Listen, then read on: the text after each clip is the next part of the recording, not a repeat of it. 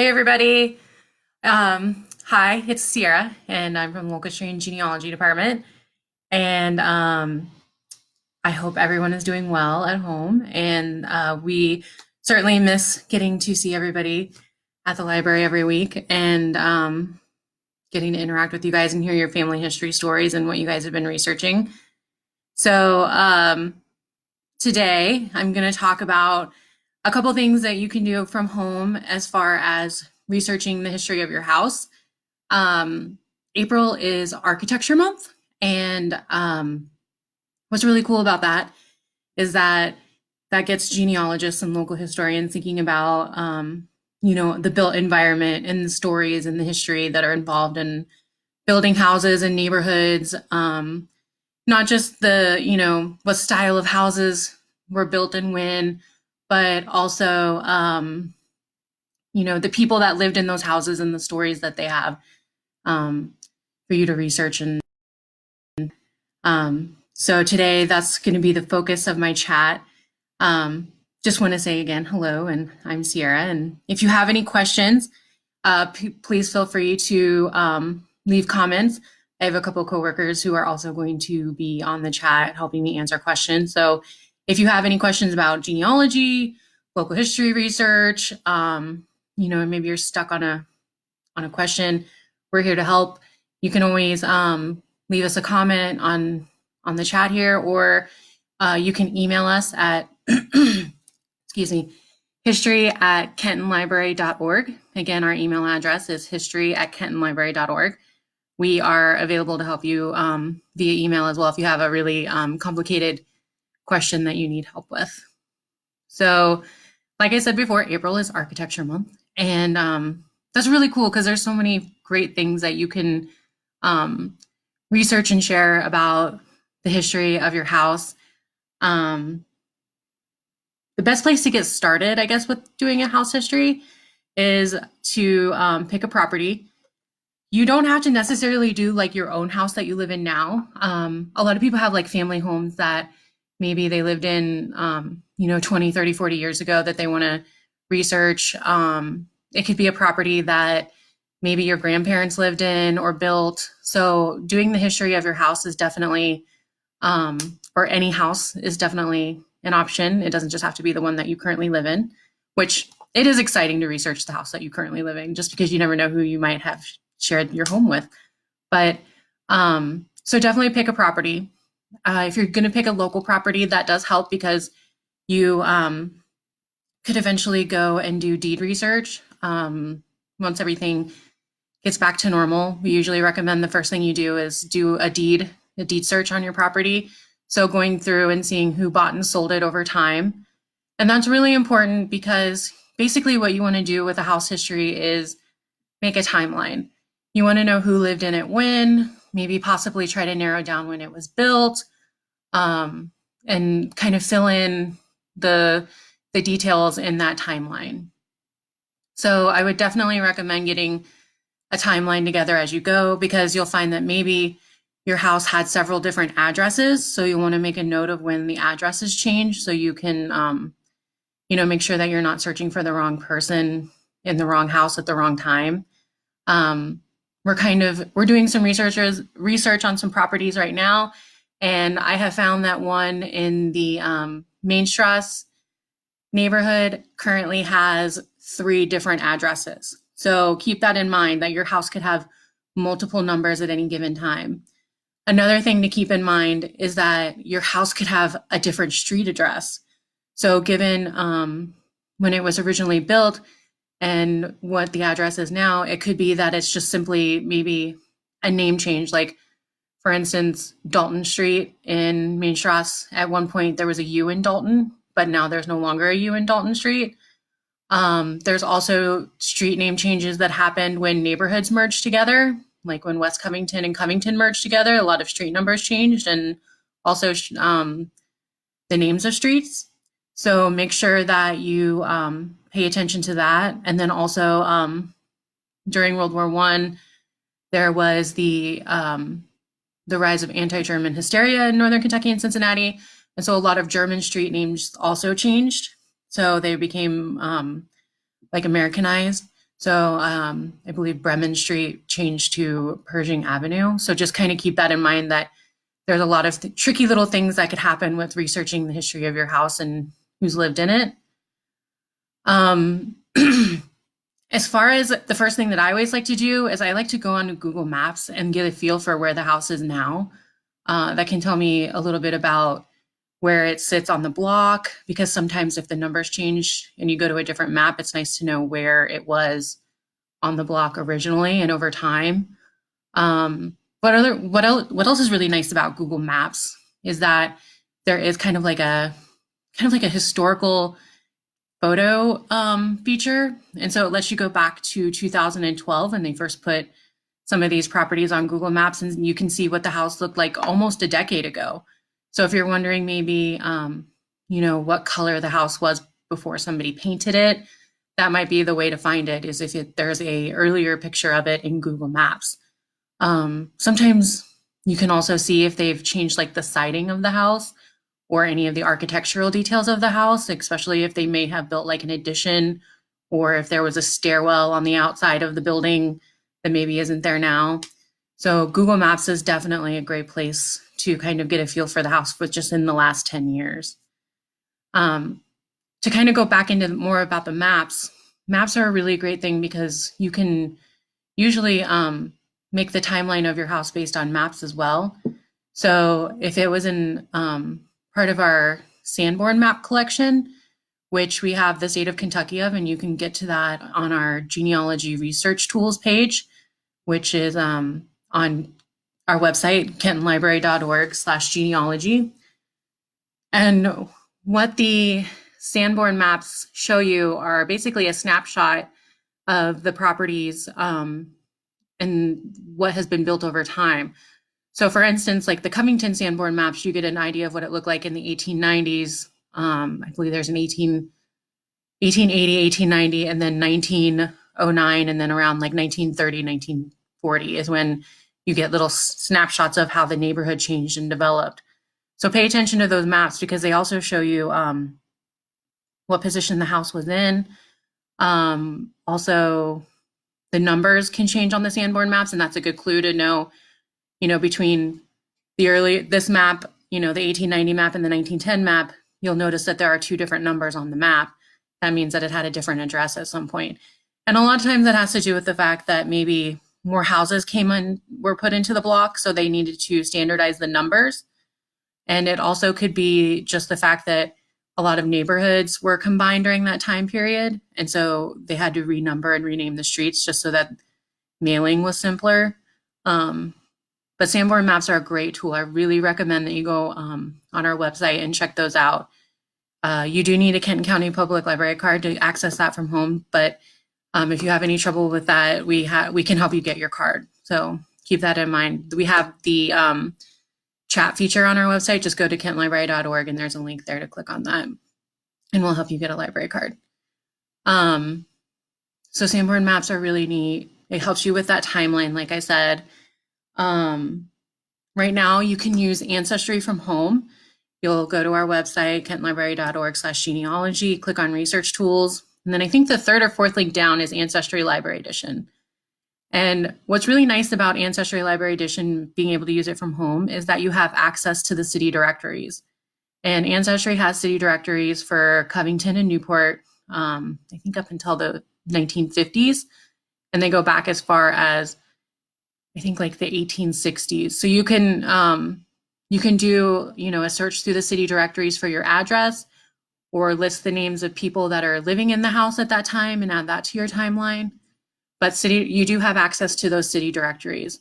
You can also use the Public Library of Cincinnati's city directories for Cincinnati to find Covington addresses. A few of the early city directories for Cincinnati also have Covington addresses in them. So take a look at their digital library as well. But city directories are really good because they give you that timeline. They tell you a year, the address, so who was living in it. They are organized by surname, so you'll need to kind of fill that in and find some names, but hopefully you'll be able to have an idea of who's lived there. You can do a search by address only for the city directories on Ancestry. Sometimes it's great, sometimes it's kind of hit or miss, but that is an option. Um, on Ancestry, you also have access to census records. So you can go through the censuses every 10 years. They have up to 1940 right now. And you can figure out who's lived on the property based on the working backwards from 1940. And I recommend doing that because the addresses are more commonly found in the later censuses. And then you can just keep working back every 10 years to see if you can find the property in the censuses. Usually what I do is I search for whoever I think should be living there between 1940 and 1930. Sometimes you have to make note of who the neighbors were because it could be a different family living there in the census year, but the neighbors stay the same. So that's kind of like a tip for how to go through those censuses and find who lived in the house and kind of create a timeline. What else could you do on Ancestry? Oh, another fun thing that you can do with Ancestry is if you know who's living in your house during that time period, Ancestry also has death records. And a lot of times, especially around like Halloween or October, we do kind of programming related to like, maybe who has passed away in our homes, or maybe if somebody thinks our house is haunted. But you could also go through your list of people that lived in your house and see if any of them might have passed away in the house. A lot of people find that kind of interesting and add that to the story of their houses. So keep that in mind. You can also do that as well. Let's see. So that's just, I think, a little bit about what you can do on Ancestry. If you're doing more local houses, you could definitely talk about you could definitely research the newspaper index. So the Northern Kentucky newspaper index for the names of people that lived in your house. But you could also search based on your house number. So you could put in your address and find out more about the house that way. Maybe who's bought and sold it. Maybe some more information about the people that have lived in the house. So there's all kinds of good stuff in the Northern Kentucky newspaper index, which you can also get by going to our website, which is kentonlibrary.org/genealogy. We also have access on that genealogy, our genealogy page, to the historical Cincinnati Enquirer and the Kentucky Post. So you can go through those databases and search by keyword and see the full article. Whereas with the newspaper index, it's just a citation for the newspaper that it's in. There are a few full text newspapers in the Northern Kentucky newspaper index, but a majority of them are going to be just citations to the microfilm of newspapers. But if you use the historical Cincinnati Enquirer or the Kentucky Post, you'll find that you'll be able to read the full newspaper. You can also, potentially also find pictures of your house in the full text editions of the papers, depending on when and where you're searching. Some of the houses have like they were part of maybe a Homerama or something like that, depending on when they were built. Maybe if this more modern house, especially like 50s and 60s, you might be able to find a citation for your neighborhood or some of the houses that were built during that time in the neighborhood. So look for those things as well. Let's see here. I hope if anybody has any questions about researching their house, we're happy to help. You can email us at kentonlibrary.org or history@kentonlibrary.org, and we'll go through this with you. But the main thing that I want to talk about with researching the history of your house is that creating a timeline is really important, and then going in and filling in that timeline with with people and dates of when they lived there, and finding out more information about those people, whether it's searching through the newspapers, going through the censuses, finding more information about maybe if they moved or what their occupations were, but really just filling in that timeline and the names of the people that were living in your house. And that can be really rewarding because you might find out that you have somebody really famous that maybe built your house or lived in your house, or maybe it was kind of like a local celebrity. Maybe they were like a mayor, or maybe just something simple like they were the town attorney for a while, or maybe they were a little bit scandalous and had a little bit of a seedy past, or maybe got in trouble with the law. But it's kind of fun to add those stories to the history of your house or the property that you're researching. I'm trying to think if you guys have any questions about anything I've talked about. I'm going to check the chat, but I think my coworkers are doing a pretty good job here of giving you guys all the links and making sure that your questions are being answered. If you have any questions about house research, please ask. I'll check the chat, and my coworkers are checking the chat, and we'll make sure we get it answered for you.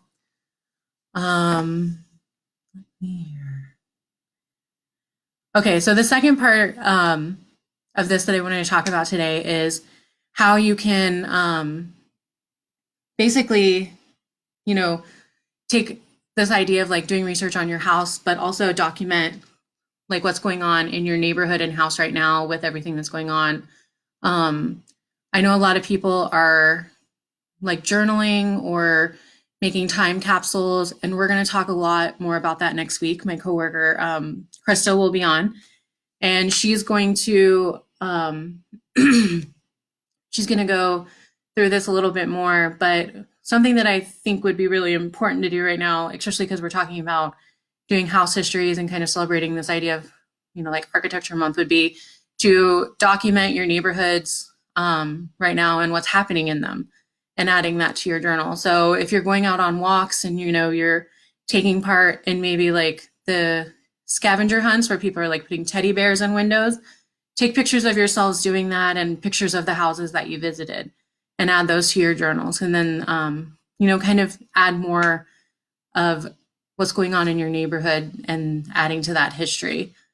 You could also take pictures of people who have put up like maybe green lights, or who have wrote messages on the sidewalks. Take pictures of those and add those to your time capsules and your your kind of journals of what's happening right now, because you're living through history. And we should all really kind of take a moment and kind of document like what happens, and what happened to our with our families, but also maybe what happened in our neighborhoods and what's how people responded. You could also right now take more family pictures, especially if you are at home with family. A thing that people are doing are taking more pictures of their whole family on like their front porches. You could also take a picture of your whole family outside of your house, and kind of do like a like in old postcards, they would go around and everybody would get like standing or seated outside of the house, and they would take a big picture and then they would turn it into a postcard. So taking a picture of your whole family outside of your house right now, adding that to your journal would be really cool. And it'd be a really cool picture to add to your, to your house's history as well. I think it would be really fun right now for everybody to just kind of think about how they can add more of their house and their neighborhood into their time capsules and their journals. I saw, let's see, Debbie just commented that a lot of like neighborhood and historical societies use the library resources to kind of help build these narratives and information for their own neighborhood histories. But I think, that's great, because we all kind of are working together to research. And if you take pictures of your neighborhood and you feel like you want to donate them to our department, we will be happy to add these images to our Faces and Places website. And oh, that's a good thing. I didn't talk about Faces and Places. So as far as house histories, Faces and Places, which is kentonlibrary.org/genphotos, you can go there and search for pictures of your neighborhood, for pictures of your house. Maybe someone has taken a photo of it, whether it was for maybe the Kentucky Post or an individual donation, and add that to your research of your house. So make sure you go to Faces and Places and take a look at that. You can also um, go to our GenKey database, which is short for Genealogy Northern Kentucky, so GENKY. And that database has the Northern Kentucky real estate records. It also has the ability to be searched by name and address. So you might be able to find a picture of your house in the real estate records or a citation for someone that lived on your property. And one of the other amazing things that we've added to GenKey over the years, there are like some amazing things in GenKey. There are coroner's records, which tell you if someone died in your house.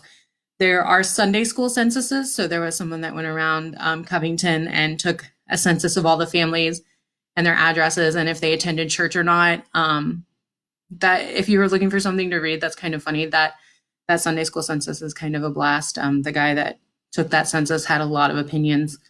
There's also the Northern Kentucky real estate records. Those are mostly from the 60s and 70s, but they do include photographs of the property and details of the property. So make sure you take a look at those.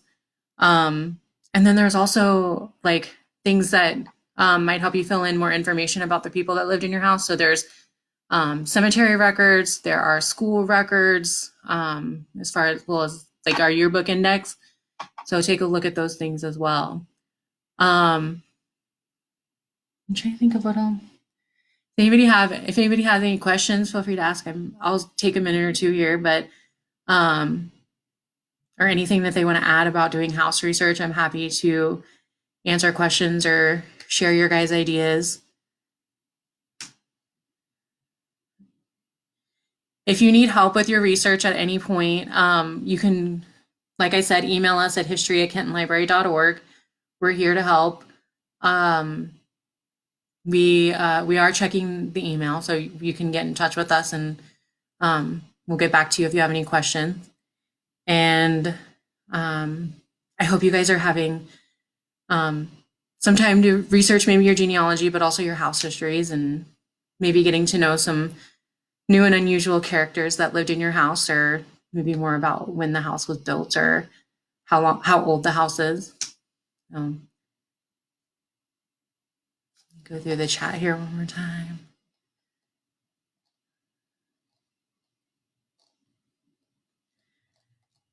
Okay. Well, thanks for joining me today. And like I said, if anybody has any questions, we hope to hear from you. But I hope you enjoy the rest of your day and happy hunting with your genealogy. Thanks for joining me today.